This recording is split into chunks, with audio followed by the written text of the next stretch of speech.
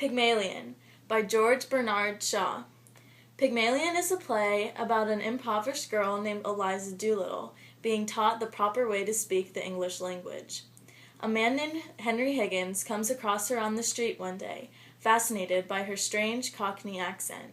He is convinced that if she didn't speak so poorly, she could get off the streets and do something with her future, because in his eyes, speech was a class distinction. He and Pickering, another phonetic enthusiast, set to work to make Eliza speak like a princess. They succeed in their plight, but the larger question of the play is, what will Eliza do once she is done with lessons? Will she go back to the gutter or make something of herself? George Bernard Shaw was born in Dublin on July 26, 1856. He was not particularly wealthy starting out. In 1884, he joined the Fabian Society, a society that advocated gradual progress towards socialism. He became a well-known socialist and feminist writer and critic.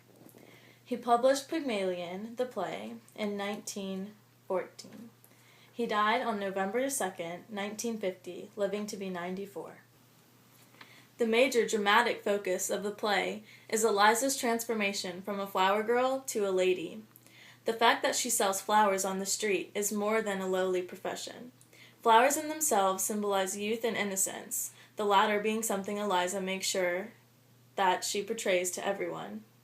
But, born from her youth, comes Eliza's great ignorance.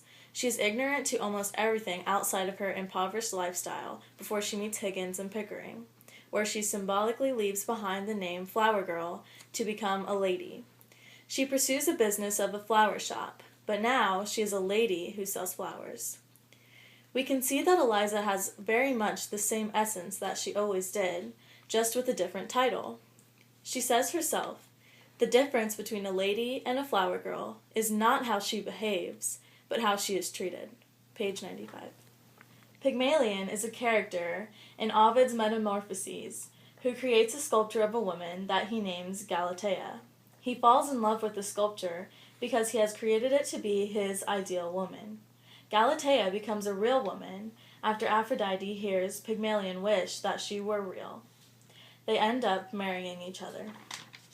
Similarly, in Bernard Shaw's Pygmalion, Higgins creates a lady from a flower girl that he found in the gutter. The difference is they do not fall in love or get married. Higgins instills confidence and independence in Eliza that she did not have before.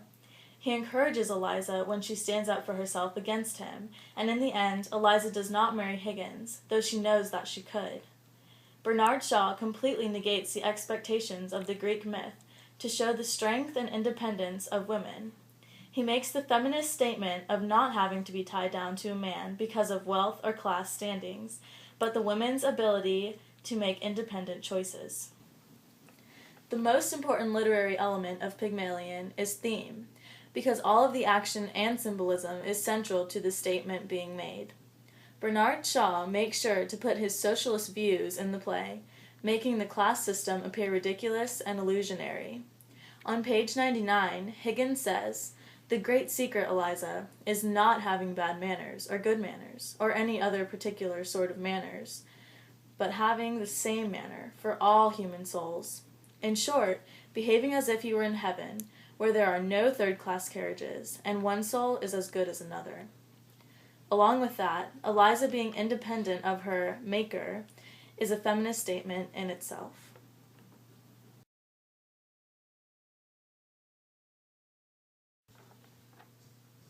I put Pygmalion as a 4 on the literary scale.